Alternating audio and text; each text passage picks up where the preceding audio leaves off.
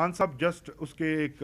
سربراہ ہیں، اور اس سربراہ کا جو کام ہے اس کو مزید اس ڈاکیومنٹ کے اندر ایکسپلین کر لکھا گیا ہے۔ سب سے پہلے تو جو ضروری چیز ہے وہ آپ کے سامنے رکھنا کہ اس ٹرسٹ ڈیڈ کے اندر جو ہے وہ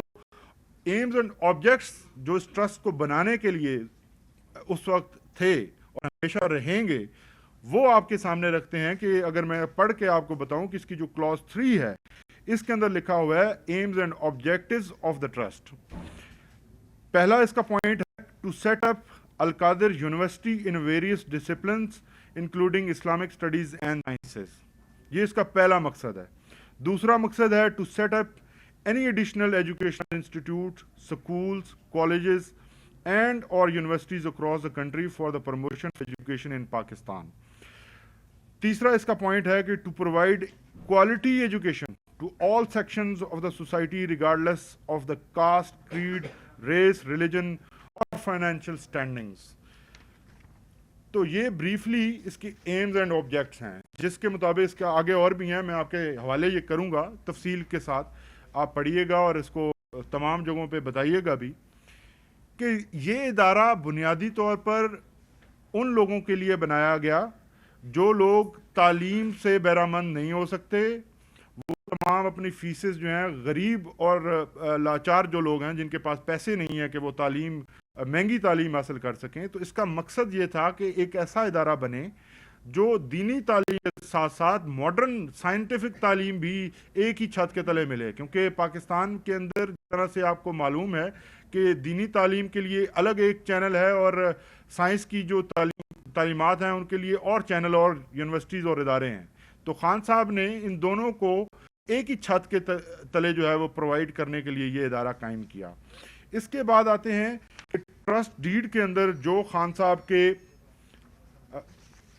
کردار ہے اور خاص طور پر جو مونیٹری معاملات ہیں اس کے بارے میں کیا لکھا گیا ہے، اور یہ مونیٹری معاملات کے بارے میں جو اس ٹرسٹ ڈیڈ کے اندر لکھا گیا ہے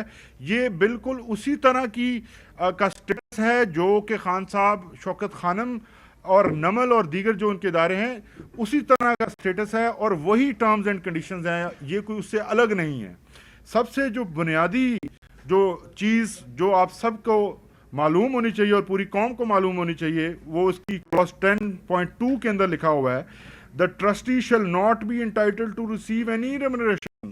یعنی کسی قسم کی کوئی تنخواہ، کوئی بینیفٹ، کوئی پرک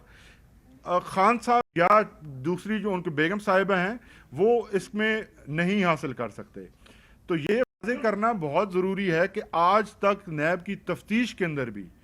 کسی جگہ پر کسی قسم کا بینیفٹ خان صاحب یا ان کے کسی رشتہ دار یا ان کی جو فیملی ہے انہیں نہیں ملا، اور نہ اس قسم کا کوئی کیس ہے۔ نیب کا جو کیس ہے اس کے بارے میں بھی میں آپ کو آگاہ کروں گا، لیکن چونکہ یہ امپورٹنٹ ہے اس کو آج ہم نے ہائی لائٹ کرنا ہے، اس لیے آپ کے سامنے پیش ہوئے ہیں۔ دوسرا جو اس میں نقطہ ہے وہ بہت ہی امپورٹنٹ ہے ساتھ ہی، کہ no trust property income and or trust property shall be paid, transferred directly or indirectly by way of profit, dividend, bonus or otherwise to any of its trustees or their relatives۔ حالانکہ trustees صرف 2 ہیں، لیکن ساتھ میں یہ بھی لکھا ہوا ہے کہ ٹرسٹیز کے رشتہ داروں کو بھی کل کو اگر ان میں سے کوئی زندگی کے بعد کی جو صورتحال ہے اس کے اوپر یہ بات کی جا رہی ہے اور اس کو سیو کیا جا رہا ہے کہ یہ جو ٹرسٹ کی جتنی پراپرٹی ہے وہ نہ